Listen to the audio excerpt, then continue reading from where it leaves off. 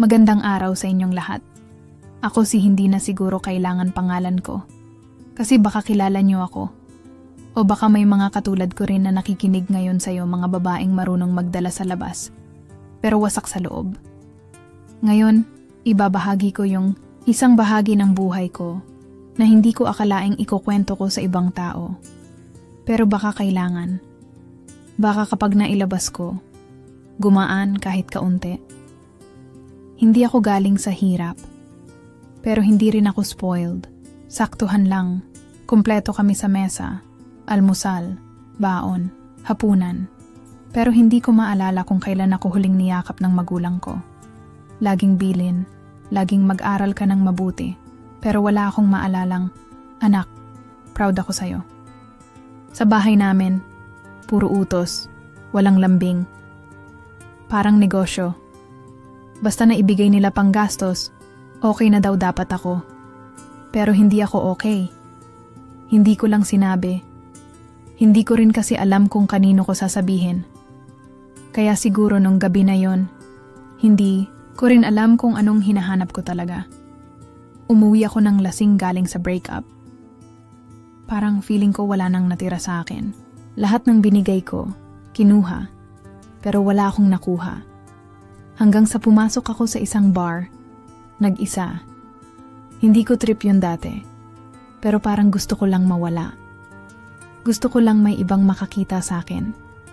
Hindi bilang anak, hindi bilang girlfriend, kundi bilang babae. Doon ko siya nakita. Medyo hindi bagay sa lugar. Bar na pang bata, pang tropa. Tapos may matanda. Siguro late 50s na. May uban na yung gilid ng buhok. Naka long sleeves, pero medyo bakat na yung tiyan. Pero alam mong sanay na siyang gumastos. Yung tipong pagdating pa lang, kilala na siya ng waiter. Akala ko noon, wala lang. Pero nung nagkatinginan kami, iba yung tingin niya. Hindi bastos, hindi manyak, kundi parang tingin ng isang taong matagal nang mag-isa. Siguro kaya nag-click kami, kasi pareho kaming mag-isa, kahit ang daming tao sa paligid. Anong iniinom mo? Yun lang ang sinabi niya. Nagulat ako kasi ang bait ng boses niya. Hindi barako, hindi trying hard. Malumanay lang. Parang lolo na cool. Pero hindi ko alam kung anong pumasok sa utak ko noon kasi sumagot ako. At hindi lang ako sumagot, sinabayan ko pa ng ngiti.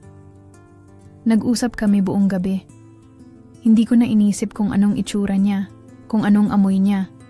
Kung may asawa, ba siya? Wala akong pakialam. Ang alam ko lang, nung gabing yon, gusto ko lang may makinig. Yung may kukuha ng kwento ko, kahit hindi ako intindihin. Tapos ayun na nga, nasundan. May dinner, may hotel, may regalo. Hindi ko na mabilang kung ilang beses ko siyang sinamahan. Hindi ko rin alam kung ilang beses kong pinilit ngumiti kahit ang bigat-bigat ng dibdib ko. Pero kasi, sa bawat yakap niya, pakiramdam ko may bumubuo kahit paunti-unti sa mga kulang ko. Kahit fake, kahit temporary, at kahit alam kong may kapalit. Hanggang isang araw nagulat ako. Gusto mo ng kondo? Para hindi ka na umuuwi sa inyo kung kailan mo lang gusto. Hindi ko alam kung mapapangiti ako o matatakot. Hindi ko alam kung regalo ba yon o kasalanan na lalo kong nilulubog. At eto na nga, ako ngayon. Nakatira sa isang kondo na hindi ko naman pinaghirapan, pero ang bigat. Para akong nakakulong sa sariling katawan. Ang lambot ng kama, pero ang tigas ng guilt. Ang ganda ng view, pero ang pangit ng nararamdaman ko tuwing umaga. Hindi ko alam kung paano ko nagawa to. Hindi ko rin alam kung paano ko sisimulan i-explain sa sarili ko kung bakit. Pero ang alam ko lang, nung gabing yon, gusto ko lang maramdaman na may gustong mag-alaga sa akin. Kahit kapalit ay ako mismo. Hindi ko rin talaga alam kung kailan nagsimula tong butas sa dibdib ko. Hindi ko rin alam kung dapat ba akong magalit sa kanila o tanggapin na lang na ganito talaga kami. Sa bahay namin, laging may pagkain. Kumpleto. Hindi kami yung tipong kumakain ng sardinas buong linggo. Laging may ulam. Laging may baon. Pero ang hindi ko alam, Yung pala, sapat na daw yun para sa kanila. Basta may pagkain, okay na daw dapat ako. Hindi ko na nga maalala kung kailan ako huling niyakap ng nanay ko. Palagi siyang pagod. Puro gawaing bahay. Puro reklamo. Pagod ako? Huwag mo akong istorbohin. Lagi kong naririnig. Tatay ko naman, akala mo bangko, laging may dalang pera. Pero never ko naramdaman na interesado siyang malaman kung anong nangyayari sa akin. Parang ang gusto lang nilang marinig lagi sa akin ay, pasado ako ma. Pasado ako pa. Pero hindi nila tinanong kung okay ba ako. Kung masaya ba ako. Kung may gusto ba akong ikwento. Siguro doon nagsimula yung butas. Dahil hindi ko alam paano magsabi. Hindi ko rin alam paano tumanggap ng lambing. Pag may naglalambing ang awkward, hindi ko alam paano tumugon. Parang hindi ako sanay. Parang hindi ako marunong. Kaya nung dumating siya, si Enrico, hindi ko alam paano haharapin yon. Hindi naman siya pogi. Hindi rin siya bata. Pero ang dali niyang magpatawa. Ang dali niyang magpa-feeling na maganda ako. Maganda ka, pala pag nakangiti, sabi niya nung una naming pagkikita. Doon ako natahimik. Hindi ako marunong ng ganyang klaseng papuri. Hindi ako sanay. Hindi rin kasi ako pinalaking babae. Pinalaki akong anak lang. Anak na dapat mag-aral. Anak na dapat magtagumpay. Anak na dapat hindi magpaligaw. Pero hindi anak na dapat mahalin. Hindi anak na dapat pakinggan kung umiiyak na. Hindi anak na dapat tanungin kung bakit ang lungkot ng mata kahit nakangiti. Kaya siguro nung sinabi niyang, ang sarap mo siguro kausap kapag kayo lang dalawa, natulala lang ako. Hindi bastos. Hindi pilit. Parang curious lang talaga siya. Parang gusto niyang malaman kung sino ba ako kapag wala ng ibang tao. At totoo, parang ngayon ko lang naranasan na hindi ako invisible. Parang ngayon lang, may tumingin sa akin na hindi dahil kailangan kong mag-explain kung bakit 85 lang ang grade ko sa math. Ngayon lang ako tiningnan bilang babae, hindi bilang student, hindi bilang anak, malibang matuwa, malibang maramdaman na gusto rin kitang kausapin kahit alam kong mali. Kasi sa tuwing kausap ko siya, para akong ibang tao. Para akong hindi yung batang laging may checklist na dapat punan.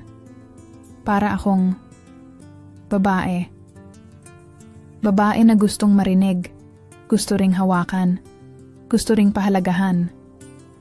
Nung una, kwentuhan lang. Kwento ko sa family. Kwento niya sa trabaho. Hanggang naging hawakan. Hanggang naging lambingan. Hanggang naging halikan. Hindi ko na alam kung sino ang naunang lumapit. Basta alam ko, hindi ako umiwas. Hindi ko sinasabing mahal ko siya. Pero siguro, nahulog ako sa idea na may naglalambing sa akin. Sa idea na may taong hindi lang ako tinitingnan dahil may kailangan sa akin, kundi dahil gusto niya akong kasama. Gusto niya akong hawakan. Gusto niya akong pakinggan. Kahit mali. Kahit alam kong hindi tama. Kahit may ewan ko kung malas lang talaga ako nung araw na yon. O talagang tinadhana na rin siguro na mahuli kami. Wala namang masama sa ginagawa namin nung oras na yon. Usap lang, tawanan, konting pisil sa braso, tapik sa hita. Pero iba yung itsura sa mata ng iba kapag nakita kang may kasamang matandang may asawa. Doon kami sa kotse niya, nakaparada sa may gilid ng mall. Hindi naman kami gumagawa ng milagro. Pero halata mong hindi friendly ang kilos namin. Medyo dikit, medyo may init. Tapos, biglang bumukas yung pinto sa gilid. Si Rika, pinsan ko, hawak pa yung cellphone niya, kita kong nakatutok na sa amin. Grabe ka, sabi niya. Hindi galit na galit, pero yung tono, punong-puno ng panghuhusga. Tingnan mo yan, papatol ka talaga sa matandang may asawa. Parang binuhusan ako ng malamig na tubig. Hindi ko alam kung ano uunahin kong gawin. Tatakbo ba ako? Magpapaliwanag ba ako? Sasampalin ko ba siya? Hindi ko na alam. Pero ang pinakamasakit, yung hindi ko narinig na, bakit? Anong nangyayari? Okay ka ba? Wala. Wala kahit sino sa kanila ang nagtangkang tanungin bakit ko nagagawa to. Ang unang lumabas, kahihiyan. Anak ka pa naman namin. Puro kahihiyan ang binibigay mo dito sa pamilya. Para bang hindi na ako tao. Parang isa na lang akong pagkakamali na kailangan itago. Pag-uwi ko, hindi ako kinausap ng nanay ko. Hindi rin ako tiningnan ng tatay ko. Pero rinig ko sila kinausap ng tita ko. Ano ba yan? Ang bata-bata, kung kani-kaninong matanda na lang nagpapagamit. Sakit. Hindi ko alam kung ano mas masakit. Yung nahuli or yung marinig na parang wala kang kwenta bilang anak. Hindi ko naman sila masisisi siguro. Kasi oo, mali naman talaga. Kahit ako, hindi ko rin alam bakit ako napunta sa ganito. Pero siguro kung tinanong man lang sana nila ako kung bakit ko hinahanap yung lambing na yun, baka nag-iba ang usapan. Baka hindi sermon ang sumalubong sa akin, kundi yakap. Pero hindi eh. Sa kanila, respeto ang dapat unahin, hindi ang nararamdaman ko.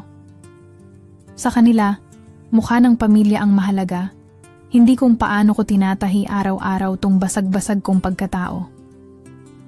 Tapos, ang bilis kumalat ng tsismis. Parang apoy, lahat ng kapitbahay, nag-aabang ng eksena. Lahat ng tingin sa akin, parang dumi, parang basura. Parang wala na akong karapatan maging masaya kasi mali yung taong nagbigay ng atensyon sa akin. Pero siya si Enrico hindi naman nagalit. Sabi pa niya, kahit anong mangyari, gusto ko pa ring nandito ka. Hindi ko alam kung totoo yon o baka words lang para hindi ko siya iwan. Pero sa mga oras na yon, kahit mali, mas pinili kong magpakalunod sa init ng mga salitang gusto ko marinig buong buhay ko. Hindi ko sinasabing proud ako sa ginawa ko. Hindi ko rin sinasabing tama. Pero hindi kasi nila alam yung pakiramdam ng lagi kang bitin. Hindi sa pagkain, hindi sa pera, kundi sa lambing. Hindi nila alam kung paano. Yung bawat gabi gusto mong marinig na, anak, proud ako sa'yo. Pero ang lagi lang naririnig, dapat kasi ganito ka. Mali ba kung naghanap ng ibang pupuno sa kulang? Mali ba kung sumandal kahit saglit sa maling tao? Mali ba kung umasa kahit alam kong masusunog din ako sa huli? Akala ko dati, ang pinakamahirap maramdaman sa buhay ay yung masaktan ka ng taong mahal mo. Pero mas mahirap pala yung maramdaman mong wala kang kwenta. Hindi dahil iniwan ka, kundi dahil pinagtawanan ka ng mga dapat sana kakampi mo. Mula nung kumalat yung nangyari, para akong multo sa sariling pamilya. Hindi na ako pinapansin ng ilang kamag-anak. Yung mga dati kong kabiruan, ngiti-ngiti na lang pero ramdam mo yung panlalait sa mata. Yung ibang pinsan ko, nagsisiksikan sa isang sulok, nagtatawanan habang palihim na sumisilip sa akin. Para akong palabas na nakakatawa sa kanila. Hindi bilang tao, kundi bilang isang kwentong pwedeng gawing pulutan tuwing inuman. Yung mga tita ko, akala mo mga santa kung makatingin, pero maririnig mo naman sa kapitbahay na sila mismo ang source ng chismis. Sayang, ang ganda pa naman ng bata. Kung kani-kanino na lang sumasama. Ganda? Parang insulto pa nga eh. Wala naman silang pakialam kung okay ba ako, kung may kinain ba ako, kung may naiipon ba ako. Basta may bago silang mapag-usapan. Pero, ang pinakamasakit? Siya, si Enrico, biglang nawala. Dati halos araw-araw may text. Dati halos gabi-gabi gusto akong makita. Dati halos hindi na ako makahinga sa lambing niya. Ngayon, wala. Dead air. Sinubukan kong mag-text, nasaan ka? Sinubukan kong tumawag, hindi sumasagot. Para bang yung lahat ng salita niyang, nandito lang ako. Parang bula na lang na biglang naglaho. Doon ko lang na-realize, hindi lambing. Ang hinahanap ko, hindi halik, hindi haplos, hindi kondo. Ang gusto ko pala, yung maramdaman kong may halaga ako. Yung may isang tao na pipiliin ako kahit hindi ako maganda, kahit wala akong ipagmamalaki. Pero mali pala yung taong pinili ko. Mali pala yung akala kong magpupuno sa akin. Kasi ang binigay niya lang, init ng katawan. Hindi niya kayang ibigay yung init ng totoong pagmamahal. Parang binenta ko sarili ko kapalit ng kondo. Pero hindi ko napansin, pati respeto ko sa sarili, isinama ko sa bentahan. Hindi ako nagmukhang babae. Nagmukha akong desperado. Hindi ako minahal. Ginamit lang. At ang pinakamasakit, hinayaan ko. Hindi ko alam kung paano bumangon galing dito. Kasi hindi lang puso ang basag. Pati yung tingin ko sa sarili ko durog-durog na. Hindi ko alam kung paano ko sisimulang buuin ulit. Yung babaeng akala ko matapang. Akala ko kaya ang lahat. Kasi ngayon, ni sarili ko, hindi ko kayang mahalin.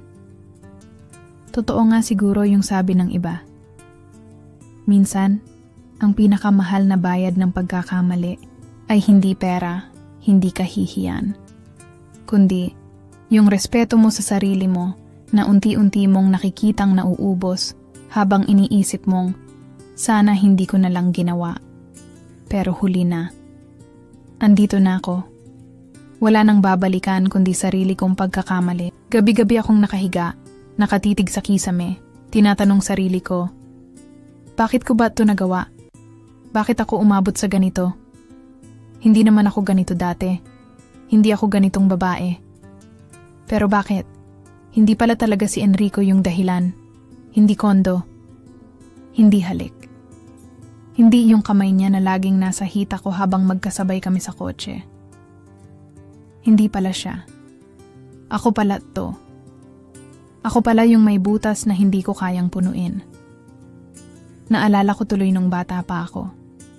Tuwing may medal ako sa school, ang maririnig ko lang, oh ayan, galingan mo pa. Mas mataas pa dapat. Walang proud ako sa'yo. Walang yakap. Walang haplos sa ulo. Puro next time dapat mas mataas. Alam mo yung pakiramdam na parang lahat ng effort mo, kulang pa rin? Na kahit anong galing mo, hindi sapat? Birthday ko, may pera. Bibigyan ako ng bagong sapatos. Pero hindi ko maalala kung kailan huling sinabi ng magulang ko na, mahal kita. Parang yung pagmamahal nila, palaging may presyo. Parang kailangan ko munang patunayan bago ako karapat dapat mahalin. Kaya siguro nung dumating si Enrico, hindi ako lumaban. Kasi ngayon lang ako naramdaman na babae. Hindi bilang anak, hindi bilang estudyante. Bilang babae na pinipilit niyang mahalin, kahit peke. Ganito pala ang pakiramdam ng hinahanap mo ang yakap sa maling tao.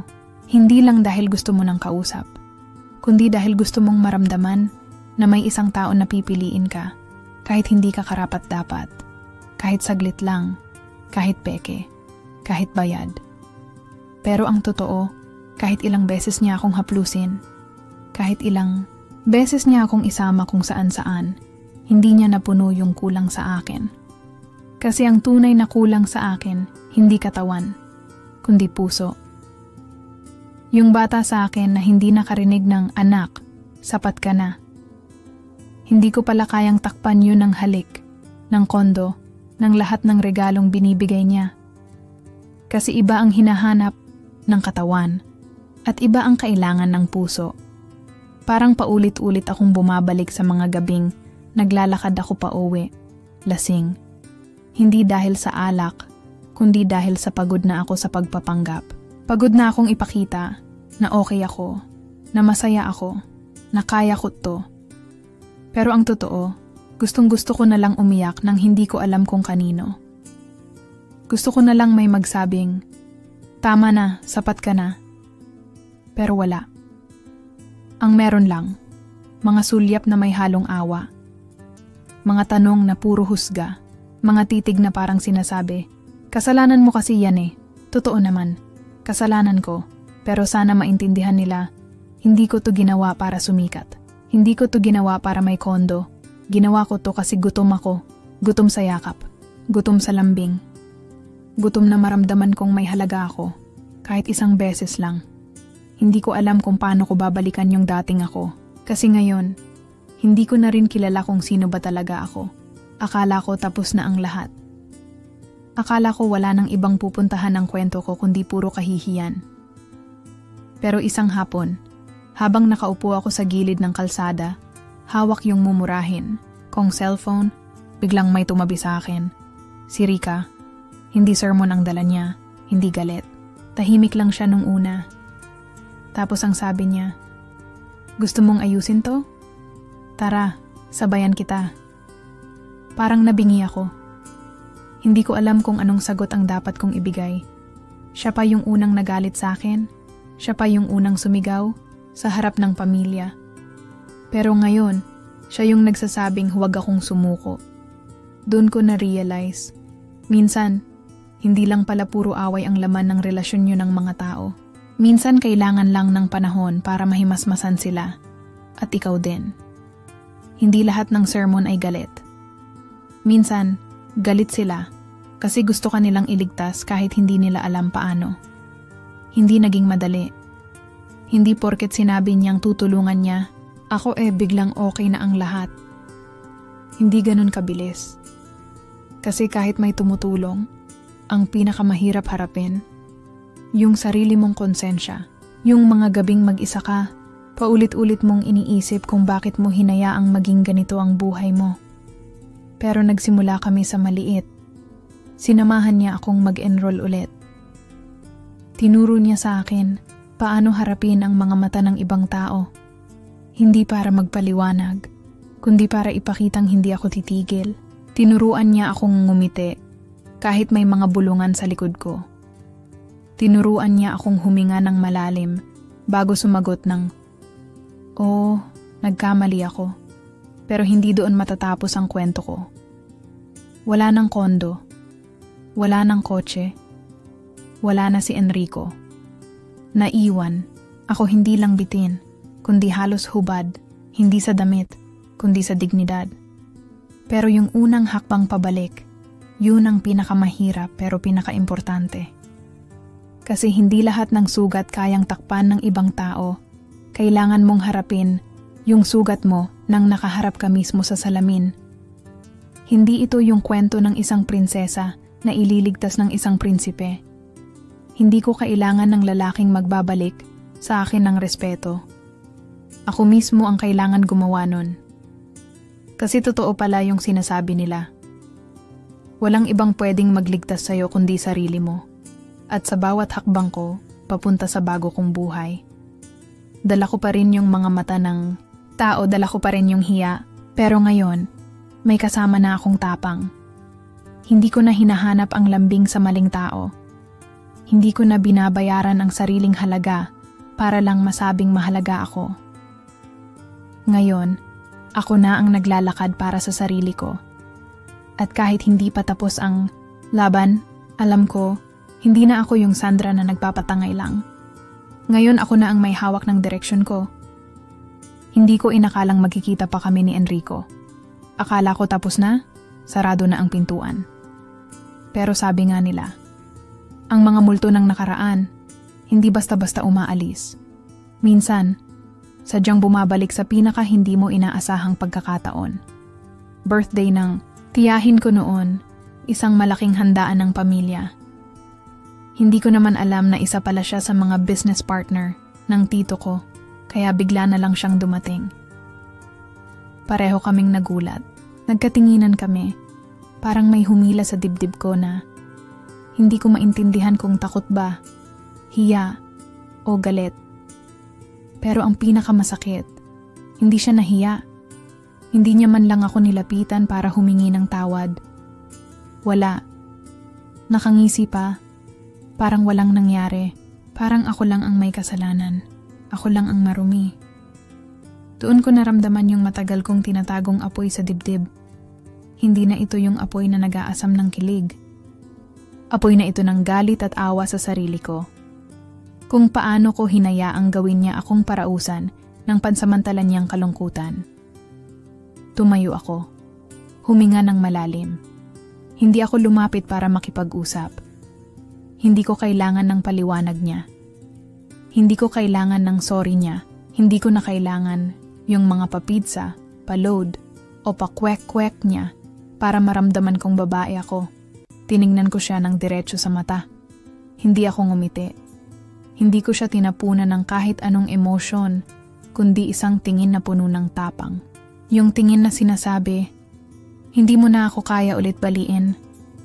Sa totoo lang, nanginginig ako sa loob, pero hindi ko ipinakita. Kasi mas mahalaga na ipakita ko hindi na ako yung Sandra na naglalaway sa papuri niya. Hindi na ako yung Sandra na pilit hinahanap ang pagmamahal sa mga basurang atensyon. May mga pinsan akong napatingin, siguro nag-aabang ng eksena. Pero wala silang nakuha, kasi hindi ko kailangan ng drama. Ang kailangan ko lang, makita niya na hindi na niya ako kayang hawakan sa leeg gamit lang ang matatamis niyang salita. Nang umalis ako sa harap niya, para akong na-exercise. Para bang sa wakas, nailuwa ko yung lason na matagal kong nilulunok. Hindi ko alam kung anong iniisip niya. Hindi ko na rin kailangan malaman. Kasi ang importante, ako mismo, alam ko na kung sino ako ngayon. At hindi na ako babae na nabibili ng kondo o ng matatamis na pangako. Ngayon, ako na ang bumibili ng sarili kong respeto. At sa bawat hakbang ko palayo sa kanya, ramdam ko yung bigat na unti-unting nababawasan. Ito na siguro ang tinatawag nilang closure. Hindi dahil may narinig kang sorry, kundi dahil tinanggap mong hindi mo na kailangan ng kahit anong sagot mula sa taong hindi marunong magpahalaga. Kaya ko muling sumulat ngayon, hindi para humingi ng lambing, kundi para humingi ng payo. Kasi ngayong tapos na yung kwento ko kay Enrico, ngayon ko lang talaga nararamdaman yung totoong laban. Hindi pala siya natapos nung hinarap ko si Enrico. Hindi siya natapos nung nag-enroll ako ulit o nung nagsimula akong bumangon kasama si Rika. Ang totoong laban, nasa sarili ko pala. Laging sinasabi ng iba, move on ka na, tapos na yan. Pero hindi nila alam, minsan mas madaling iwanan ang tao kesa iwanan yung mga tanong sa sarili. Bakit ko hinayaan? Bakit ako nagkulang? Bakit ako humabol? At ngayon, paano ko ba sisimulan mahalin sarili ko ng totoo? Napagtanto ko, hindi lalaki ang sagot sa hinahanap ko noon. Hindi papuri, hindi kahit magarbong regalo, hindi matatamis na salita. Ang hinahanap ko pala nun pa, yung yakap, yung anak, proud ako sa'yo, dapat galing yun sa pamilya ko. Pero kahit andyan sila, parang laging malayo. Yung tatay ko, puro trabaho. Yung nanay ko, puro utos, puro pagod, puro galingan mo sa school ha. Pero walang ni isang anak, okay ka lang ba? Kaya siguro kahit mali-mali, kahit bawal, kahit kababuyan na, kumapit ako sa unang nagpakita ng pansin. Kasi ang tagal ko ng gutom hindi lang sa lambing, kundi sa simpleng pagtingin bilang tao, hindi lang bilang anak na may honor. Pero ngayon, habang sinusulat ko to, alam kong hindi pa tapos ang laban. Hindi pa tapos, kasi may mga gabi pa rin na gusto kong sisihin sarili ko. May mga umaga na gusto kong balikan lahat at baguhin ang desisyon ko.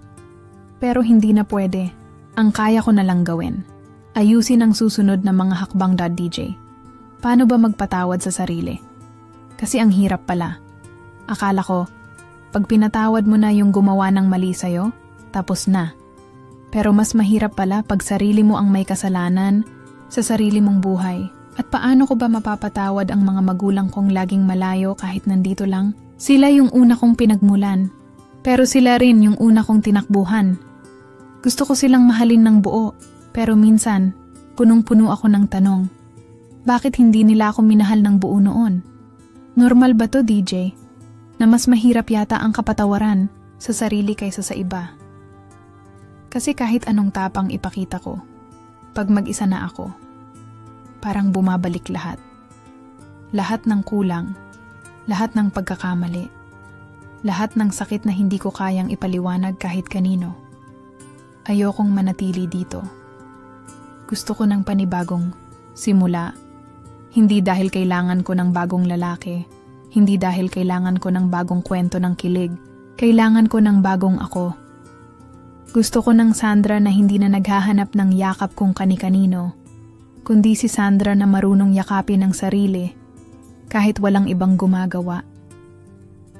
Sana DJ, mabigyan mo ako ng sagot. Kasi sa totoo lang, hindi ko alam kung paano magsisimula, pero alam kong kailangan ko ng simulan. Minsan talaga, hindi lang ibang tao ang kailangan nating patawarin, kundi sarili natin. At yung pinakamahirap yakapin, madalas tayo rin. Pero tandaan na yo, bawat araw na gumigising ka, isa ng hakbang yan papunta sa mas mabuting ikaw. Hindi kailangan madali basta totoo. Nandito lang ako kasama nyo.